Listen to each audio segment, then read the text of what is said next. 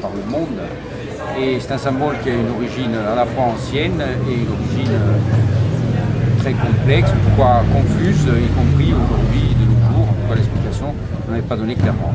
Donc c'est un symbole qui remonte à l'époque médiévale et qui prend sa source dans la reconquista, c'est-à-dire le phénomène d'opposition entre islam et chrétienté, la reconquête, notamment des royaumes ibériques, sur le sud de l'Espagne musulmane. Le Maure symbolisant le royaume musulman, les royaumes musulmans d'Espagne, les califats, plus généralement les musulmans africains, représentés symboliquement, à la fois de par la couleur noire, car de manière approximative, on savait que les gens, plus on est en Afrique, plus ils étaient noirs, et à la fois par opposition aux blancs de la chrétienté. Donc c'est une représentation symbolique qui trouve sa matérialisation dans l'héraldisme et qui trouve sa matérialisation dans la reconquête sur l'Espagne musulmane, notamment à travers un de ces royaumes qui se sont illustrés dans la reconquête, qui est le royaume d'Aragon, un des deux royaumes fondateurs du royaume d'Espagne avec la Castille. Ce symbole apparaît après la bataille d'Alcoraz, qui a lieu en 1091 et qui précède la prise de Huesca par le royaume d'Aragon, qui marque la première phase de la grande expansion de l'Aragon au sud. Lors de cette victoire sur les Maures, on aurait symbolisé un chevalier brisant les lignes maures et ce chevalier entouré de 4 têtes maures symbolisant cette victoire.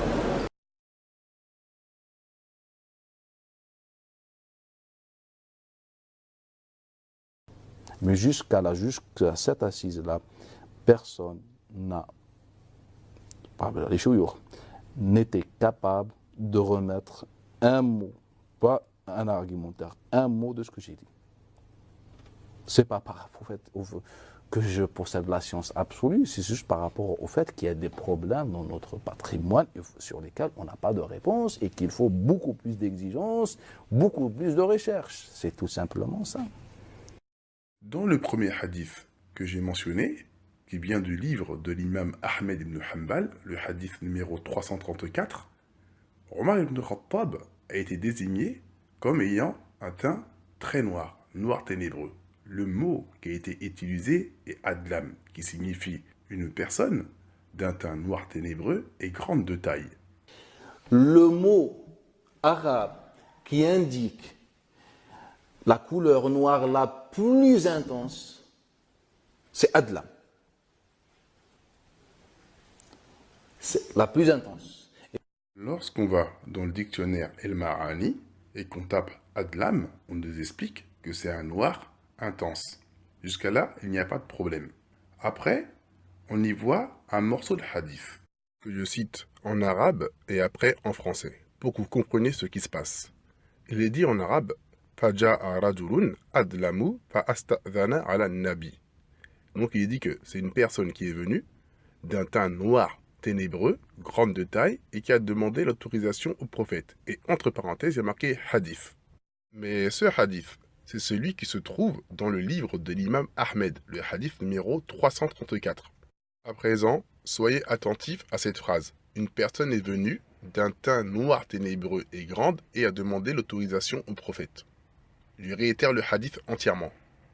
El-Aswad Nusalir, un compagnon du prophète sallallahu alayhi wa sallam, est parti le voir, disant au prophète « J'ai glorifié mon Seigneur et j'ai t'ai loué ». Le prophète lui dit « Comment as-tu glorifié Dieu ?» Le compagnon du prophète sallallahu alayhi wa sallam lui récite des chants. Une personne est venue d'un teint noir ténébreux et grande de taille et a demandé l'autorisation. Ça, c'est la phrase qui est dans le dictionnaire El Marani, le dictionnaire arabe, que j'ai souligné en rouge. Donc moi, je continue le hadith. Cette personne a parlé pendant 1 heure avec le prophète, puis elle est partie. Le compagnon du prophète sallallahu alayhi wa sallam, El-Aswad ibn Salir, a continué à lui réciter des chants. Puis cette personne est revenue et a demandé encore l'autorisation au prophète de lui poser des questions. Cette scène s'est passée 2 ou 3 fois. Le compagnon du prophète sallallahu alayhi wa sallam dit au prophète « Mais c'est qui cette personne que j'ai entendue ?» Le prophète sallallahu alayhi wa sallam lui dit « C'est Omar ibn Khattab et cette personne aime la vérité. » Donc, la fin du hadith n'est pas mentionnée pour cacher l'identité de Omar ibn Khattab, qui était d'un teint noir ténébreux. Il dit, et je vois face à moi un homme très noir. Qala Omar. Et Omar ibn Khattab. Mais jusqu'à cette assise-là, personne n'était capable de remettre un mot, pas un argumentaire, un mot de ce que j'ai dit. C'est pas par rapport que je possède la science absolue, c'est juste par rapport au fait qu'il y a des problèmes dans notre patrimoine sur lesquels on n'a pas de réponse et qu'il faut beaucoup plus d'exigences, beaucoup plus de recherche. C'est tout simplement ça.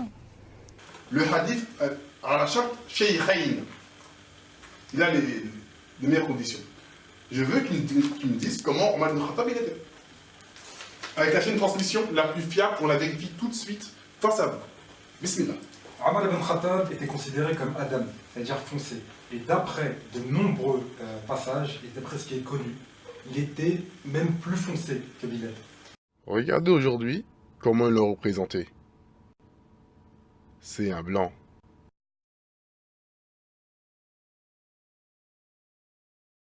On va consulter le livre le plus célèbre sur les nobles caractères du prophète sallallahu alayhi wa sallam de l'imam at-Tirmidhi, de son livre intitulé Ash-Shama'il al-Muhammadiyya. Le premier hadith de Anas ibn Malik. Donc Anas ibn Malik est un compagnon, serviteur du prophète, en même temps, connu et qui connaît bien le prophète.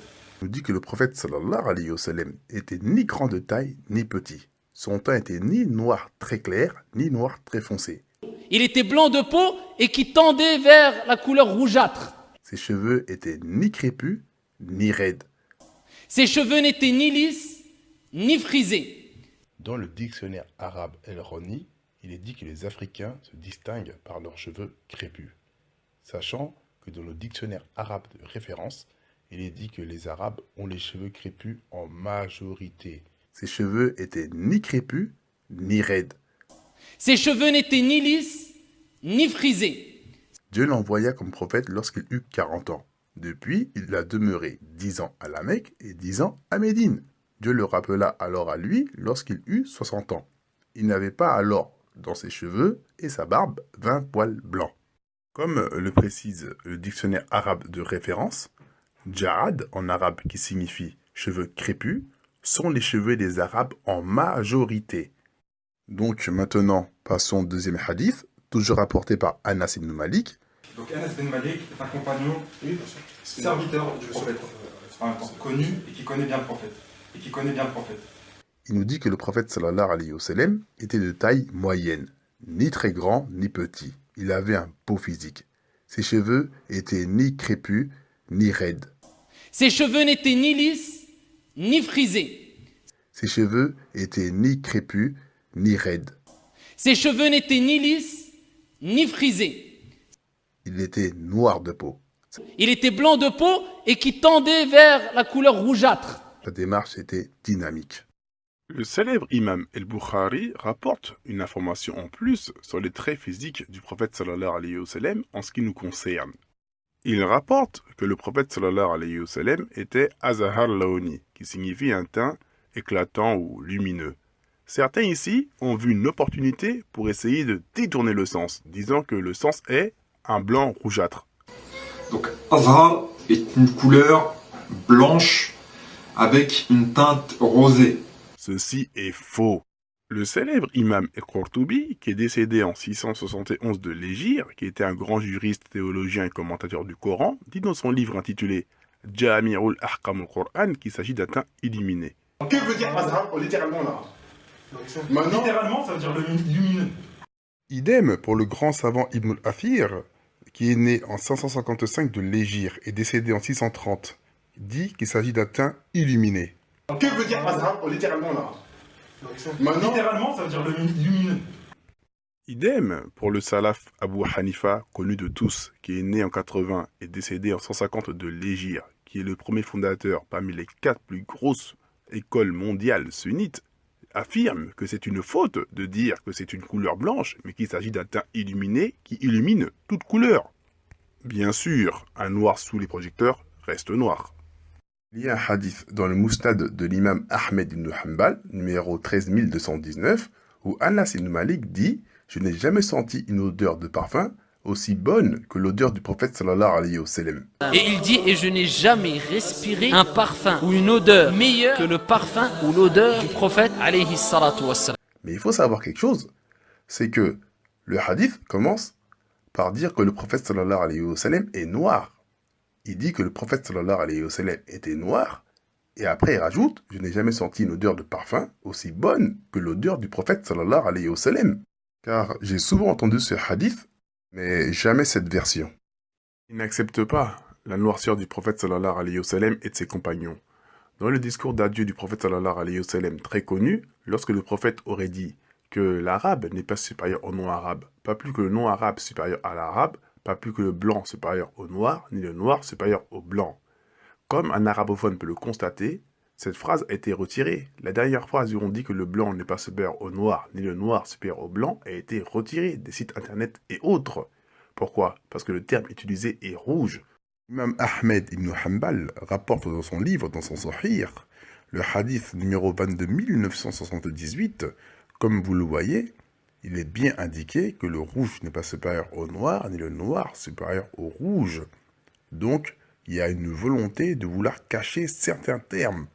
Lorsque le prophète a dit « Bu'ithtu ila al-ahmar wa aswad » j'ai été envoyé au rouge et au noir. Le sens est j'ai été envoyé au rouge parce que la plupart du teint des non-arabes était blanc et blanc rougeâtre. Mais quand il dit « j'ai été envoyé au aswad » au noir, il parle des arabes. Parce que la plupart du teint des arabes était noir et noir ténébreux. Encore, dans le Wikipédia officiel arabe du prophète sallallahu alayhi wa sallam, il est mentionné qu'il n'était pas très blanc, sachant qu'on a la connaissance du teint blanc, et qu'il n'était pas très noir. Mais le mot utilisé, c'est quoi pour dire qu'il n'est pas très noir? Il y a marqué asmar, qui est un noir qui n'est pas foncé. Et lorsqu'on clique ici, numéro 411, on voit la provenance du hadith, le numéro 3547 de l'imam el-Bukhari. Le hadith mentionne bien que le prophète n'était pas Adam, parce que Adam est un terme qui signifie un noir très foncé. Donc ils n'en voulaient pas, donc ils l'ont changé par un terme qui définit un noir moins foncé. Le prophète Mohammed sallallahu alayhi wa sallam n'était ni Adam ni Adam, ce qui répond à Asma. Le hadith, à la charte, Shaykhayn, il a les meilleures conditions. Je veux qu'il me dise comment Omar ibn Khattab il était. Avec la chaîne de transmission la plus fiable, on la vérifie tout de suite face à vous. Bismillah. Omar ibn Khattab était considéré comme Adam, c'est-à-dire foncé. Et d'après de nombreux passages, et d'après ce qui est connu, il était même plus foncé que Bilal.